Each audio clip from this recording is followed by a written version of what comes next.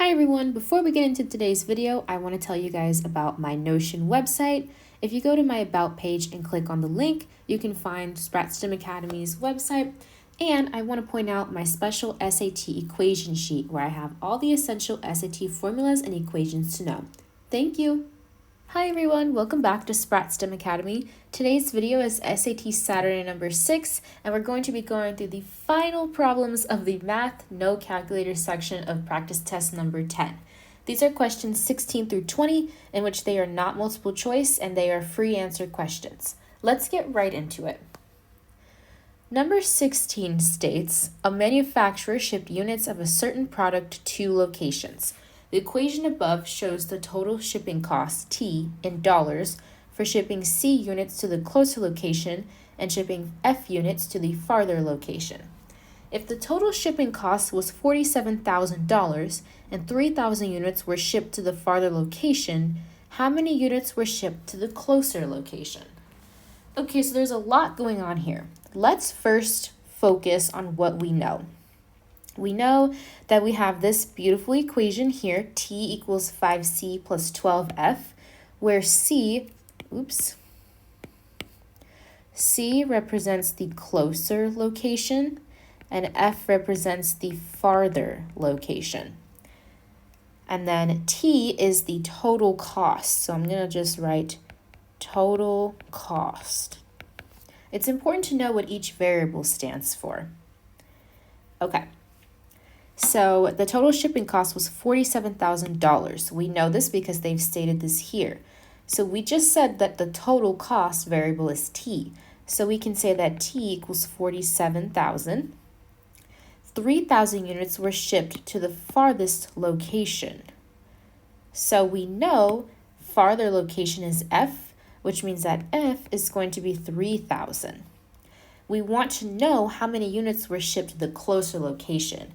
So our goal, if we want to know how many units were shipped to the closer location, and we know that the closer location variable is C, we know that our goal should be to find C. Okay, so we have an equation. Let's plug in what we know. T is 47,000. We're looking for C, so we're just going to write 5C plus 12. F is 3,000. Because that's how many units were shipped to the farther location. Now this is just a matter of doing some algebra and solving for your variable. You get 47,000 equals 5C plus 36,000. 5C, bring the 36,000 to the other side. You get that 5C equals 11,000.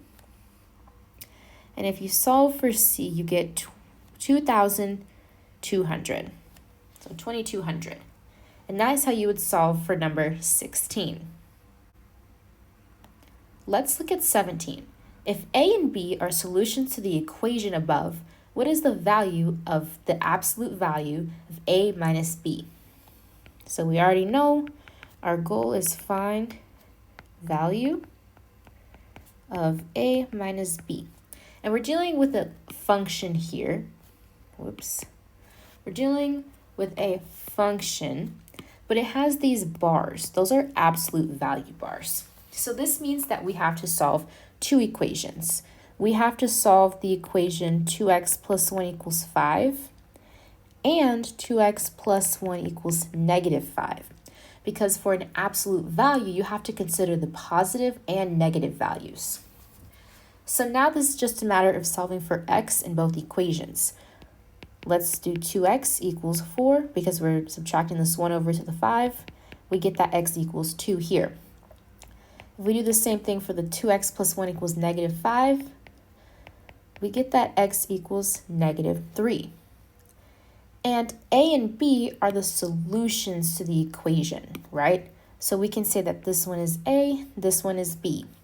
And we want to know the absolute value of A minus B. So they want to know this. So we simply plug in our values, 2 minus 3.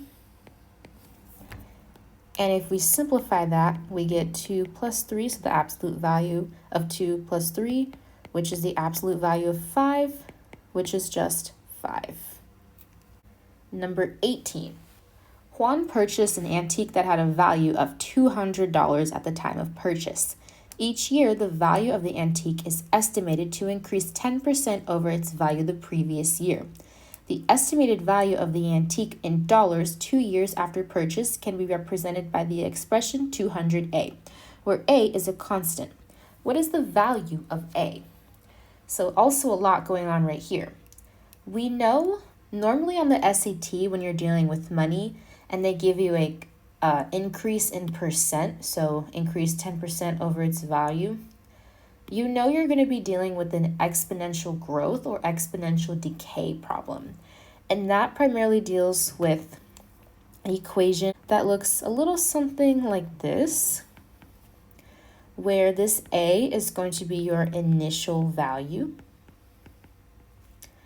and this B is either going to be 1 plus or minus your growth. So your growth. And that's normally going to be represented as a percent to the X. So this X right here, that's going to be your time. So it could be number of years, number of months, anything. And then Y, that's going to be your total. So this is dealing with exponential growth. So when you see this type of problem, always ask yourself, is this exponential growth or decay? Normally when you see increase, you know that it's going to be exponential growth. But if they were to say decrease 10% of its value, then you would know that it would be decay. Since we know we're dealing with exponential growth, our equation is going to be y equals a to the 1 plus our amount of growth to the x. But they have given us a big piece of this function. We see that the estimated value of the antique in dollars, 2 years,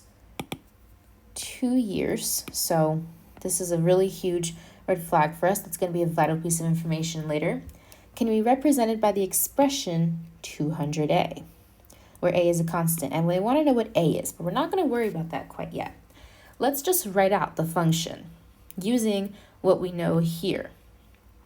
So we know y is just going to be y, and then 200A, that is going to be the initial value. So 200 is going to be the initial value. And we know that 200 is the initial value because in the problem they stated he purchased an antique that had a value of 200 at the time of purchase. So that means at the very beginning, before the value increased, it was 200. Now we have to deal with our 1 plus the growth rate. So 1 is just going to be 1 plus, and it says that it increased 10% over its value. So this growth rate, it's going to be the percent, but we're just going to turn it into a decimal. So since we have 10%, 10% in decimal form is 0.10. So here we're going to write 0.10. And then the x, so to the blank power, that's amount of time. And they told us 2 years after purchase. So that's going to be a 2 because we're dealing with years for our time. So we don't actually have to solve this. They just want to know what A is. And in this case, we see that 200 is being multiplied by A. A doesn't necessarily have to be one number that we see. It can also be an expression. And right here is the expression. This is going to be our A. So if we were to add 1 plus 0.10, we get 1.10. And then we have to square this because it's to the second power. So 1.1 squared is 1.21. And that is the value of A. So a little counterintuitive, but it makes sense. You just have to pay attention and know the difference between exponential growth and exponential decay, and also know what percent you're dealing with and how to convert it to a decimal. Let's go to question 19. We have a system of equations here. Let's go ahead and read the problem. Based on the system of equations above, what is the value of 5x plus 5y? So we want to know the value of 5x plus 5y, so that's our goal, but I'm not going to write it out because It's pretty self-explanatory here. Now, this may look tricky, but if you look at your system of equations and if you're familiar with this tool, you know that you can actually combine systems of equations. Simply add everything together. So if we just add everything straight down, we can actually solve this problem pretty quickly. 2x plus 3x is 5x. 3y plus 2y is 5y equals. Now, this is really giving us a big hint. We want to know what is 5x plus 5y. Here we're seeing what 5x plus 5y is. 5x plus 5y here is going to give us a sum. All we have to do is add together our 1200 plus 1300, which is going to be 2500 if you add that correctly. And so 5x plus 5y equals 2500. And we know this because all we did was we added the systems of equations together since they lined up the variables so nicely for us. So the answer is 2500. Last problem. If u plus t equals 5 and u minus t equals 2, what is the value of u minus t times u squared minus t squared? Now, when you see these types of problems, your automatic response may be to solve for each variable separately, such as, I'm not sure, maybe you want to solve for t and then you end up getting 5 minus u. Don't do that. The SAT is going to try to trick you and make you think that that is what you need to do. But most of the time, similar to the last problem, most of the time, your answer is going to be pretty much right in front of you. They want you to solve for this expression, and don't think that you have to just work with variables. They've given you two very big pieces of information here. They've given you u minus t, which is the same as what we have right here. So we can simply replace what u minus t is.